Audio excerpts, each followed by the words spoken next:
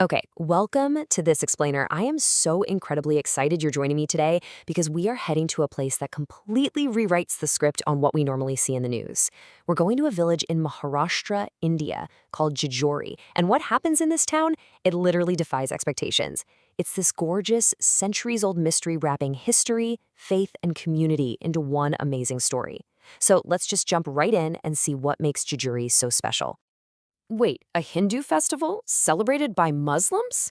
I know, it sounds totally contradictory, right? You hear that and think, okay, maybe it's just a symbolic photo op. But no, we are talking about devout Muslims passionately celebrating a major Hindu festival dedicated to a fierce avatar of Lord Shiva. And they aren't just standing on the sidelines, they are taking central, leading roles in the sacred rituals. It's genuinely mind-blowing when you first hear about it, but as you'll see, this goes way, way deeper than just a nice gesture. This is their actual way of life. Just listen to this quote from Imtiaz Khan, a local Muslim resident of Jejuri. He literally says he's a proud Muslim but simultaneously cherishes this incredible honor his family holds. For at least 4 generations, Imtiaz's family has had the hereditary right to handle the ceremonial horse that leads the grand Hindu procession, or palki. He steps up, absolutely bursting with pride, fully embracing both his Islamic faith and his sacred duty to a Hindu god. And the craziest part? Imtiaz is definitely not an exception here. Look at how baked in this unity actually is. There are 5 specific Muslim families in Jejuri, and each one has a highly respected hereditary job at the temple. The Khan and Pansare families, they care for that ceremonial horse. The Miniar family gets the distinct honor of offering bangles to the goddess. And get this, when the holy procession moves through town, it literally stops at the local mosque. That's when the Pansari family offers traditional pan and supari, while the Panita family hands out water to the devotees. This isn't some new trend. This is a beautifully structured tradition going back generations. Section 1. Who is Lord Khandoba? All right, to really get why this bond is practically unbreakable, we need to talk about the deity at the absolute center of it all, Lord Khandoba. He isn't just any deity. He is the Martan Bhairav avatar of Lord Shiva himself. Known as the god of war, he's revered as the Kul Daivat, basically the ultimate family deity, for millions of people across Maharashtra. But you might be wondering, why did Lord Shiva need to take on such an intense, warlike form in the first place? Well, let's go back, way back, to the ancient era. There were these 2 demon brothers, Malla and Mani. They scored a powerful boon from Lord Brahma that made them practically invincible, and they totally abused it, unleashing absolute terror everywhere. It got so bad, people were terrified to even go outside. The final straw came when they violently trashed a sacred fire ritual, a yajna, hosted by 7 great sages. These desperate sages begged everyone for help, Indra, Brahma, Vishnu, but nobody could bypass that boon. Finally, they went to Lord Shiva.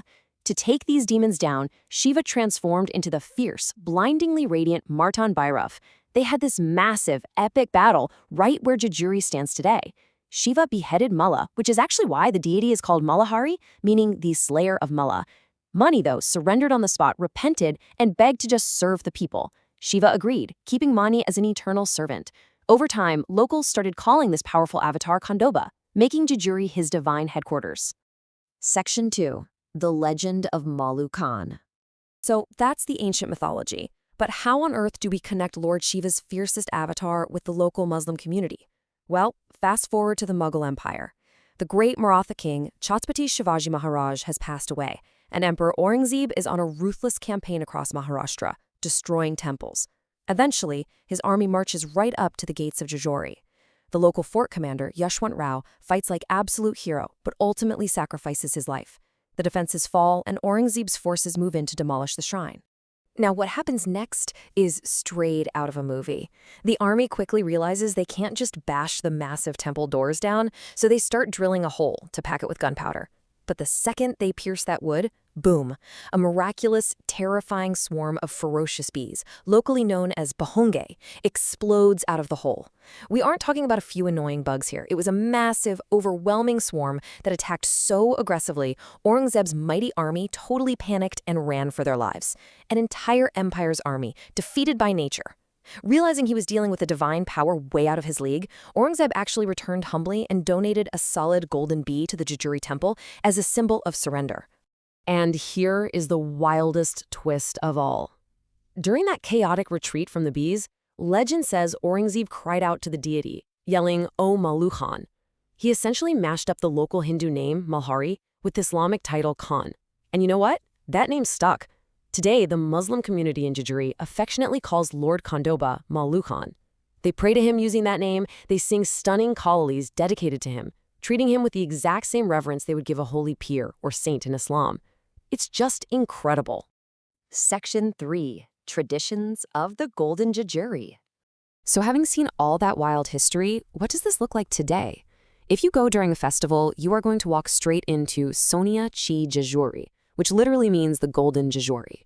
The air is filled with chants of Yelkot Yelkot Jai Malhar, and people are just throwing handfuls of turmeric into the sky. I mean, massive clouds of it. The temple, the sky, the people, everything gets painted this brilliant yellow. Why turmeric? Because when Shiva fought those demons, he absorbed blinding golden energy from the sun god.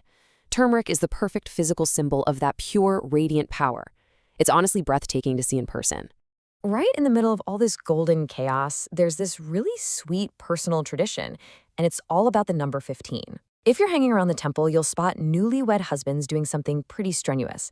They physically pick up their wives and carry them in their arms up at least 15 incredibly steep stone stairs of the temple.